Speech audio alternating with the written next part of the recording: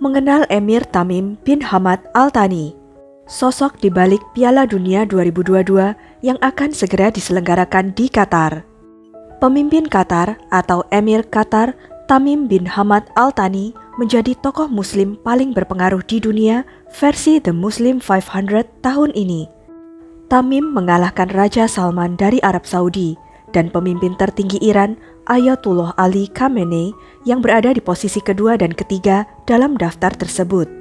Sejak Tamim masih menjadi putra mahkota, ia adalah seorang pimpinan angkatan bersenjata dan mengepalai Komite Olimpiade negara itu, yang juga sekaligus bertanggung jawab sebagai pelaksana turnamen Piala Dunia Sepak Bola FIFA 2022 yang akan berlangsung di Qatar pada tanggal 20 November nanti.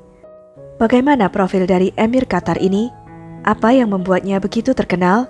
Dan tahukah kamu bahwa ayahnya, mantan Emir Hamad bin Khalifa Al Thani, pernah melakukan kudeta tidak berdarah terhadap ayahnya sendiri? Yuk, langsung aja kita bahas di video kali ini ya. Sebelumnya, silakan subscribe dulu channel ini serta nyalakan loncengnya untuk mendapatkan kisah-kisah menarik dari tokoh-tokoh yang terkenal di dunia. Sheikh Tamim bin Hamad Al Thani lahir pada tanggal 3 Juni 1980 di Doha, Qatar. Sebagai anak keempat dari ayahnya, Hamad bin Khalifa Al Thani, dan anak kedua dari ibunya, Sheikha Muzah binti Nazir Al Misnad, istri kedua ayahnya. Ia dikenal sebagai salah satu emir termuda sepanjang sejarah Qatar dan salah satu pemimpin muda di dunia saat ini.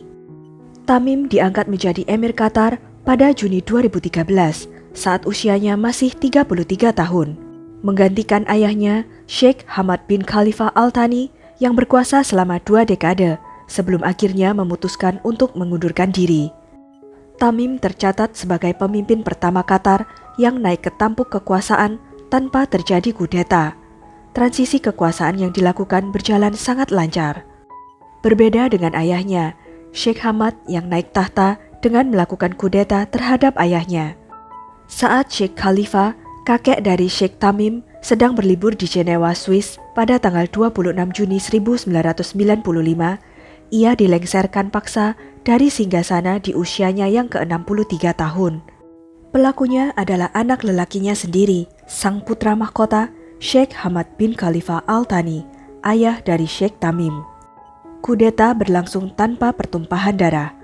Perebutan kekuasaan hanya ditandai dengan pengiriman tentara ke Istana Rayyan, kediaman sang emir, dan ke Bandara Doha. Peristiwa ini sering disebut sebagai kudeta tak berdarah karena tidak melibatkan penggunaan senjata atau menyebabkan kerugian material. Saya tidak senang dengan apa yang terjadi, namun itu harus dilakukan dan saya harus melakukannya, kata Sheikh Hamad bin Khalifa Al Thani dalam sebuah pidato di televisi usai menggulingkan ayahnya. Sejumlah anggota senior keluarga Al Thani yang berkuasa di Qatar, yang jumlahnya sekitar 1.500 orang, berkumpul di ibu kota Doha. Mereka menyatakan kesetiaannya pada pemimpin yang baru. Sheikh Hamad yang menjadi emir baru pada usia 45 tahun tersebut mengaku di depan rapat kabinet, sebuah kondisi darurat memaksanya mengambil alih kekuasaan di negaranya. Setelahnya, Hamad telah membangun Qatar menjadi sebuah kekuatan politik dan raksasa ekonomi dengan investasi bermiliar-miliar dolar di seluruh dunia. Suatu waktu, Emir Hamad diyakinkan bahwa ia harus mendorong generasi baru. Ia kemudian berencana menyerahkan kekuasaan kepada putra mahkota, Sheikh Tamim, dan melakukan perombakan kabinet untuk membawa orang-orang muda dalam jumlah besar ke dalam kabinet. Emir Hamad mengundurkan diri tapi memiliki peran terhormat, sehingga anaknya akan bisa lebih memikul tanggung jawab dan menjadi orang yang mengambil keputusan. Sheikh Tamim menempuh pendidikan di Sherborne School, Harrow School, dan Royal Military Academy Sandhurst di Inggris dan lulus pada tahun 1998. Ia kemudian kembali ke Qatar dan ditugaskan sebagai perwira di angkatan bersenjata. Pada tahun 2003, Tamim terpilih untuk menggantikan kakaknya, Jassim bin Hamad Al Thani, sebagai putra mahkota Qatar. Selama dekade berikutnya, Tamim dipersiapkan untuk memerintah negara, memegang serangkaian posisi ekonomi, diplomatik, dan keamanan nasional yang semakin penting. Pada tahun 2009, ia diangkat menjadi wakil panglima tertinggi Angkatan Bersenjata Qatar.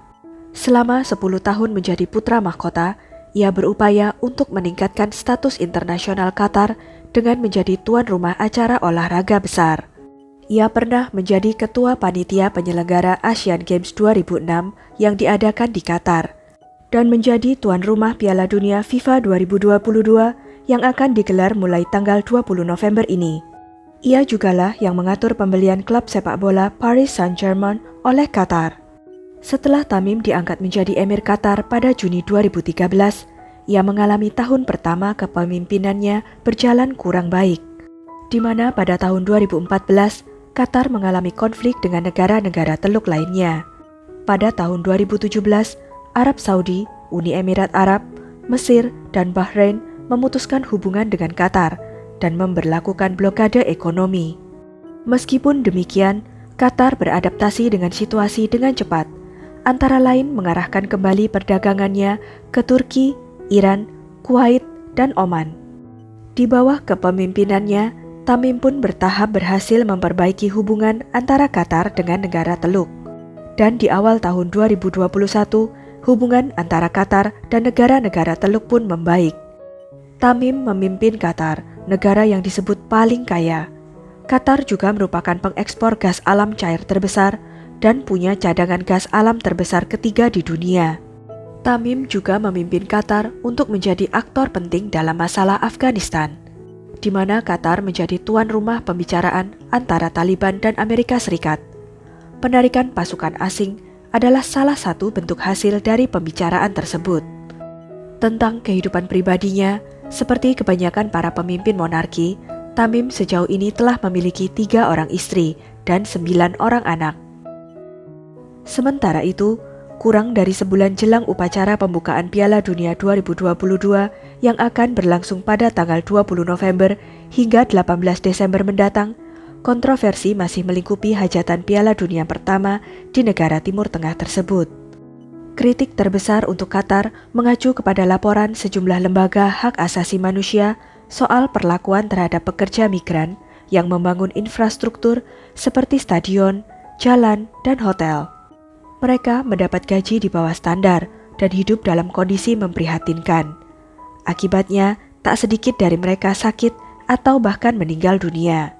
Selain itu, Qatar juga mendapat sorotan karena diskriminasi terhadap golongan minoritas. Sheikh Tamim sebagai kepala negara Qatar angkat bicara soal kritik tentang negaranya. Ia menilai pandangan negatif dunia tentang Qatar dan Piala Dunia 2022 tidak adil. Sheikh Tamim pun berjanji bahwa Piala Dunia 2022 dan perhatian yang diberikan dunia ke Qatar akan menguntungkan negara itu. Sejumlah kritik yang ditujukan kepada Qatar membuat negara ini berbenah dalam beberapa aspek. Soal kesejahteraan pekerja misalnya. Pemimpin Qatar menaikkan upah minimum mereka menjadi $275 per bulan sejak 2020 atau setara 4,2 juta rupiah. Qatar juga menghapus sistem kafala, semacam sistem kontrak kerja yang menghalangi para pekerja mengundurkan diri atau meninggalkan Qatar.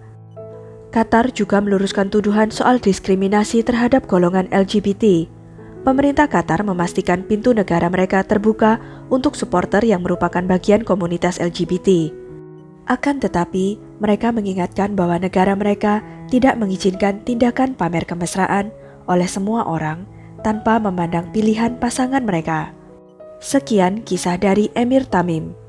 Yuk kita saksikan sama-sama Pesta Piala Dunia 2022 yang akan segera dimulai ini. Jangan lupa untuk klik like, share, subscribe, dan komen ya. Sampai jumpa lagi di video-video selanjutnya.